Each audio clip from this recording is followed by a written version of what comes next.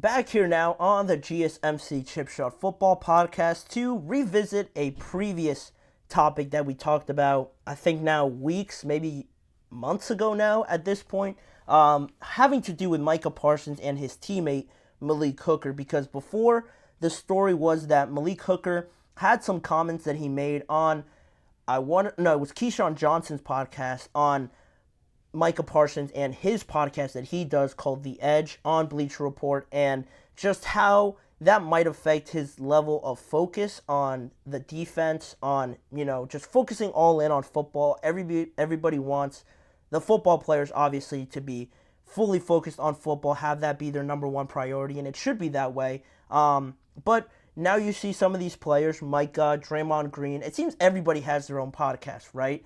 They're now venturing into careers, other avenues during their playing career for after their playing career, and setting themselves up for that. But with that comes the scrutiny, with that comes the doubts of some players, some people thinking that it takes away from the full focus that they want to have on their football team, especially with the Cowboys and the spotlight that's always on them.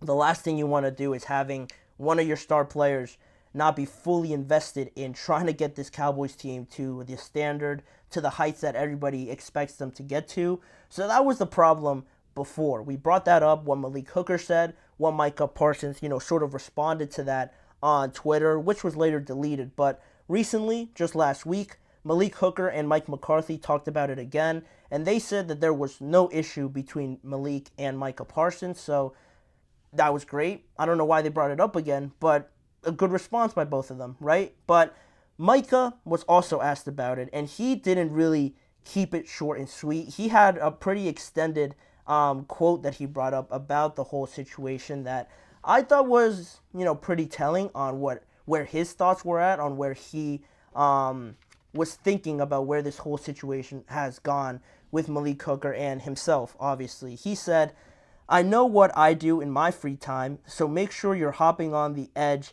if you get a chance on Monday and Tuesday nights." What he does on his Monday and Tuesday nights when he's not in the building, that's on him. What I do, that's me and my business and my family, so I'm going to keep it at that. It's no misunderstanding. It's plain as day.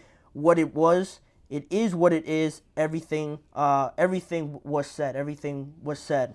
From that point, there is more to unpack with Micah Parsons and how he feels. Clearly, he still feels a certain way about it, and I don't want to say he should, because it wasn't something that should have been said, really from the get-go. That's how I feel about it. This should have never been said by Malik Hooker. It was something that, everybody always says, just airing out your dirty laundry, keeping everything in-house.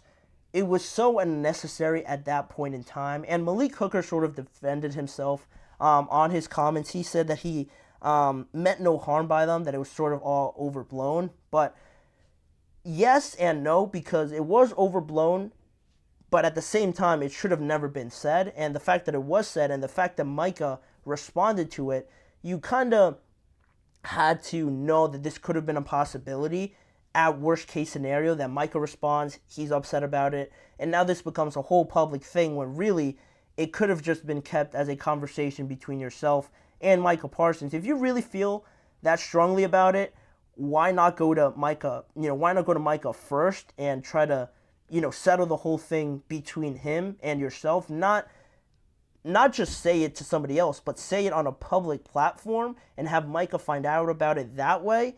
That's probably the worst thing you could have done. And now everybody, not only do you get Micah's response, but now everybody has a comment to make about it. Everybody gives their opinion about it. And already Micah was sort of facing some heat by having this podcast already. Again, like I said, being a Cowboys player and having this podcast go on during the season, you already knew that Micah was facing some of these critics, will say, about having this podcast. And now, heading into this year, Micah's role with Bleacher Report is set to grow after he was named the president of Bleacher Report Gridiron, their football subsection. So you're not really sure.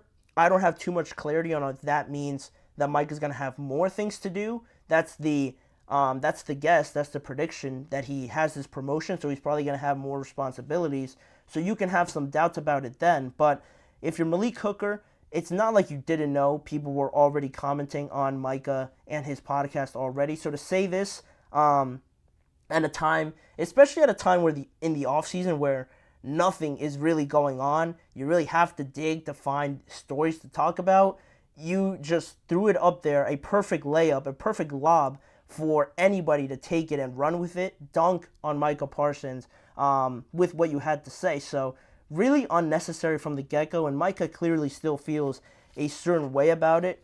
I don't want to say attacked, but it must be just really awkward if they're still locker mates in that locker room with Micah Parsons now saying these comments, and it shouldn't have been something that should have ever aired, honestly, because Malik Hooker is, questioning somebody else's business, and then that gets all sort of touchy and sensitive when you go into that area. So that's another thing that just adds on to why this should never have been said. And then also, it's not like Malik Hooker was really involved in the show or anything like that. It's completely just, almost completely irrelevant to him, sort of. The connection that he has is having Micah as a teammate, having Micah as somebody that he's very dependent on, the entire defense is dependent on the level of success that they will have. So bringing it up as a potential, almost outlet for other people to kind of think this is a distraction, now it becomes a whole different thing. It becomes a whole different issue just outside of you having your doubts about this, going to Micah and saying, yo, I feel that you might be, straying off in a way. You could use whatever verbiage you'd want to use, but this definitely could have been handled easier. And now, again, you just, soft pitch it to a lot of people to now give their opinions on it. And it just becomes irrelevant to football. Everyone's talking about other things now, and it's a distraction, really, is what it is at the end of the day. You hate to say that the Cowboys just almost do this to themselves, but it is almost what they do. You bring up all these extra things, the contract negotiations, this unnecessary stuff. It's just almost piling up season after season. There's always something with the Cowboys, and we're just never only just talking about football with them. But with Micah, and this is the last thing I'll say about it, he's had this podcast for, I think, at least last season, I want to say. I don't know if he did it before then, but it's not like it affected him too much last year. He still had a decent season for his standards. He still was, without a doubt, their best player on that side of the ball. So, if it didn't affect him last year, of course he has that promotion now, but I don't know what could have led to maybe you thinking that this is going to be a different thing, a different outcome this year around. So that's really my question I would ask to Malik Hooker as to why he would have said something like this. But the fact that Micah also, records this on an off day, usually when it's slower at the beginning of the week, is another reason why, this doesn't really scream like a big situation, like a big distraction to me. It's just a hobby. If you really think about it, players do whatever they want to do. They should do whatever they want to do, unless it's, illegal or something like that. What they do on their off day shouldn't really concern anybody, and even including their teammates. If they're just staying in line and they're showing up, doing their job, what they do outside of it, it doesn't really or shouldn't really concern anybody else. But Malik Hooker just made it easier for a lot more people to talk about it. So now Micah not really helping the situation either by commenting on it again. But it is where it is now. We'll see if that has any impact on their dynamic, on the defense's, camaraderie or anything like that. But we'll see how that all plays out. They definitely have bigger issues to get to this offseason, apart from just talking about Micah's podcast and this being a distraction. They have a lot more things to get through on that to-do list before we get to this being a serious issue. But that's that. Micah Parsons brought it up again. I thought I'd bring it up again also to give my thoughts on what he said. But that'll do it for that segment. One more topic to get to on today's show. A question I wanted to bring up with Jaylen Warren impressing recently at the Steelers training camp last week and heading into this week. Is this more of an alibi now to feel more comfortable on potentially losing Najee Harris, or should this be more of an incentive to not want to lose Najee Harris and break up that great running back duo you have if you're the Pittsburgh Steelers?